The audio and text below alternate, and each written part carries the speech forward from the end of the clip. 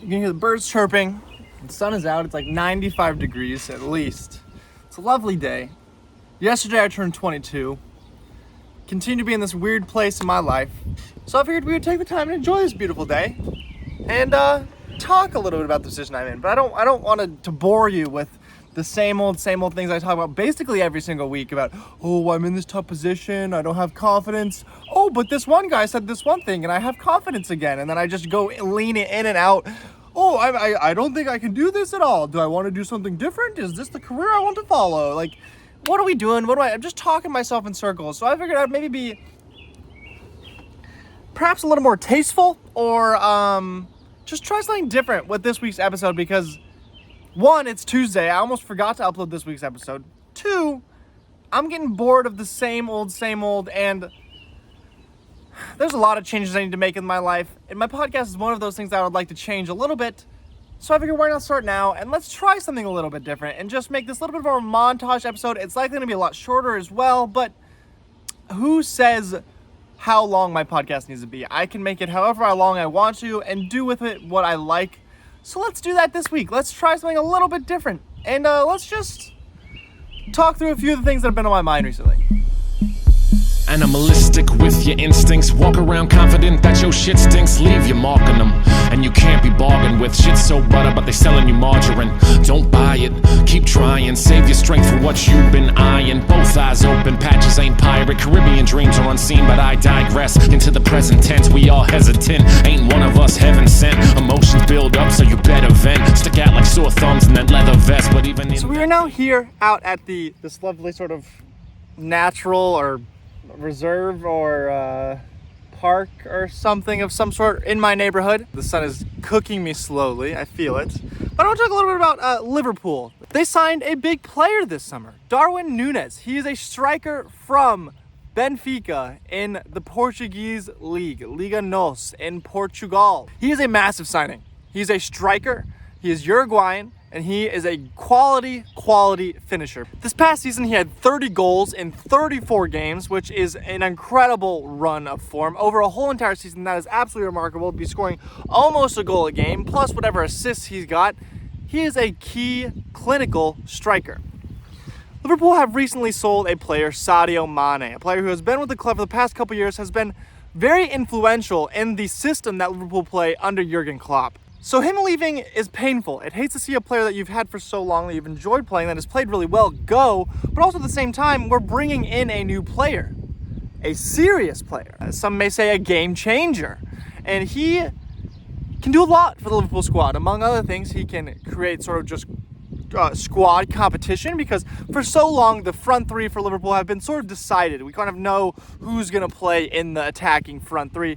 But bringing in a striker like Darwin Nunez makes things a little more interesting up top. It makes people perhaps dices up the positions a little bit, maybe changes up play time for certain people, and therefore makes them more hungry or makes them lose their position in the squad or go step up into a position in the squad.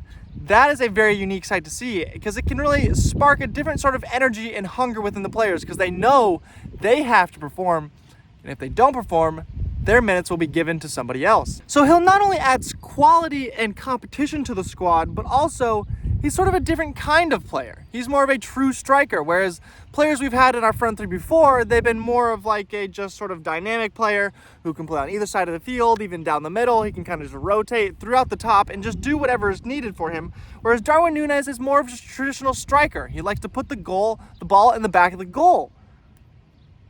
So I think he's really going to change up the Liverpool squad. Among other players like Luis Diaz, who we also bought from the Portuguese league earlier this year in January, he will finally have his first full summer with the team under his belt. He has been incredible for Liverpool this season, or this past season. So I imagine after this full summer, will only continue to be even better for Liverpool next year. So with the signing of Darwin Nunez and other signings we've made in the past, and signings that we likely will still make this summer, I think it's shaping up for a very interesting season this coming season with Liverpool FC. Because Darwin Nunez sort of rivals the Erling Haaland signing of Manchester City this summer. Granted, it's not quite on the same level, but we both bought clinical strikers that have proven themselves across Europe. And we are the two teams that are competing for it all really in England. So the fact that we made two somewhat similar signings sets up very interestingly for the next season. I believe Darwin Nunez is going to be a vital addition to the squad and makes things, perhaps change the way Liverpool play in some ways, and he's going to be, I can only assume, an impactful player for the squad because it seems every player that we've bought under Jurgen Klopp has become impactful. So it's safe to assume Darwin Nunez will do the same thing, but we won't see until late July, later this year, when the next soccer season picks up and starts in late July. Avenue. Fanny pack looking like a kangaroo. Whatever you need to keep up that mandible. I change shapes just to hide in this place, but I'm still an animal. Nobody knows it but me when I see. So I was driving through my neighborhood, or riding my bike through my neighborhood, filming this episode, and this house is crazy, yo. Ups and downs with the peaks and This house is insane. It's like 360-degree windows. no cage, more like the jungle. That's nuts. Run free, but my ego's humble. I wish everyone still could hope for the things they dreamed and could leave that dope for. So if I may briefly touch on the weird position I'm in, or let's at least add context to the ongoing story, that is the weird position I'm in. As you can maybe see behind me, you can maybe kind of see it in the background there. There's some brush along the street here, and actually this is a shed right here that took some serious damage from fallen trees around in the area. And if I were to look around or pan the camera around, even over here, you can just see all of the brush that is everywhere. I sound like a news reporter right now. I'm pointing examples out to kind of maybe give some perspective to the position I'm in, a different angle or different perspective to this position I'm in. That although I have these things that I want to do and these goals and like these things that I need to do right now in my life is still going on around me. Like there are things that are going on where I'm not at, and they may be in places where I'm not at, but there are people that I love that are there, like my family members. This is my neighborhood. Whoops. This is my family's neighborhood. There's a wild storm here just a couple days ago. I did not experience that storm because I was not in the area. I was down in Indianapolis, but I was so worried about my own things, about what I had going on, about the things that I keep telling myself I need to do that I'm struggling to do, that I even kind of ignore the other things that are going on around. I'm so tunnel visioned in on my own goals and what I have to do that I don't want to say neglecting, but I'm ignoring the perhaps more important things that are going on around me, just like life happening. I've been in the position of wanting to enjoy this summertime I have being a fresh graduate out of college. I want to enjoy the summer while I still have a chance to. But also I have all of these things I need to do, like getting a job, just simply communicating and networking with people. There are a list of things I need to do, but I'm allowing those things to take the forefront and distract me from enjoying this lovely position that I'm in and enjoying the honestly beautiful weather that we're having as well. Because I'm in this decisive position or whatever, I let myself get distracted, or I say get distracted. I really just procrastinate the things I need to do and put them off because I'm focused on being upset by the fact that I'm not doing them and by the fact that I'm not enjoying my summer, when it's quite simple actually. If I just do a few small things of what I need to do, like apply to a few jobs or send a few emails or a few texts, I then can go on to enjoy my summer. I just need to do a little bit of work on the front end and then all the fun on the end, on the end. It's quite simple actually. I don't know why I struggle with it so greatly. Probably because I just am afraid of my future. But that is an excuse that I've used far too many times already. I'm sweating out here, y'all. I don't know if you can see, I'm getting a little shiny. I got a little bit of a glimmer now. It's toasty out here. I didn't even notice this house right here, literally right next to, as I was filming tapes in this direction, this house literally right here with all the brush over it, has damage to their roof. Kind of goes to show that, like, if this was my family's house, I could have been going on about my life, living my own life, caught up with my own things, when my family has a damaged house. They got shit going on. They got real fat fish to fry, and I'm just worried about the small things I have to do. Like, what am I doing? Also, it's kind of funny that these cars are just, like, driving around me. They have no idea what I'm doing. They're very confused, but it's fun. Unlike thirst is quenched without Sprite like that. I change shapes just to hide in this place, but I'm still an animal. Nobody knows it but me when I slip. Yeah, I'm still an animal. Private, patrolled, keep out, violators will be prosecuted. Lakewood Beach Park rules. I didn't know that my neighborhood has a beach, so let's see if we can get onto the beach to film this last segment.